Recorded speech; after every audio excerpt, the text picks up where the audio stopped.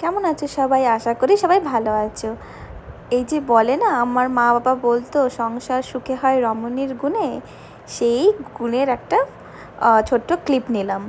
Office থেকে ফিরে এত কাজ ছিল, যত রকমের কাপড় জামা আমার হাজব্যান্ড ধুয়ে ওটা ছাদে শুকিয়ে রেখেছিল, সেইগুলোকে ভাঁজ করলাম। করার পরে না, এই আমার বাইরে মানে আমার রুম থেকে বারান্দার ভিউটা না ভীষণ ভালো লাগে, মানে একটা কমফর্ট জোন। আর এই যে দেখছিলাম বেডটা এখন এলোমেলো ছিল, সেটাকে এখন সুন্দর করে আমি গুছিয়ে দিলাম। আমার সব কিছু খুব সূক্ষ্মভাবে গুছিয়ে নিট অ্যান্ড টাইডি খুব পছন্দ, নাহলে আমার মাথা কাজ করে না।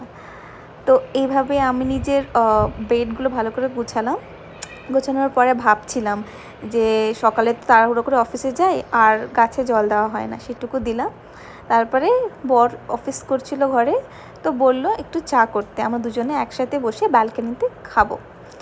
তো দেখি গিয়ে কিচেনে সকালে কাজের মাসি কাজ করে গেছে, চারিদিকে বাসনপত্র সব এদিক ওদিক এলোমেলো করা, সেগুলো সব একটু গোছালাম তাড়াহুড়ো করে, যেহেতু সন্ধে দিতে হবে, সন্ধেও হয়ে যাচ্ছিলো।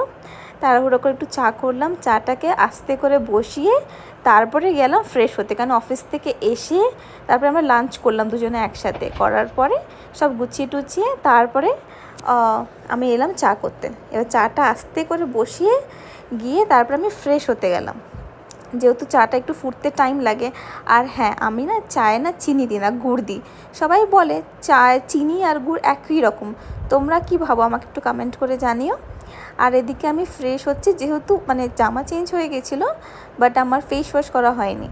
তো মেকআপ তুলে, মেকআপ বলতে ওই হালকা মেকআপ করে অফিসে যাই, সেটুকু জাস্ট তুলে আবার গেলাম। চাটা হয়ে গিয়েছিলো, সন্ধে দিলাম মাঝের মধ্যে, সেটার ক্লিপ নেওয়া হয়নি। ব্যাস চা নিয়ে দুজনে বারান্দায় বসে আরাম খেয়ে বাইরে ভিউ দেখতে দেখতে চাটা এনজয় করলাম। আর তোমরা কিভাবে তোমাদের সন্ধেটা কাটাও সেটা আমায় কমেন্ট করে জানিও। আজকের জন্য এইটুকু, আবার নেক্সট দিন দেখা হবে।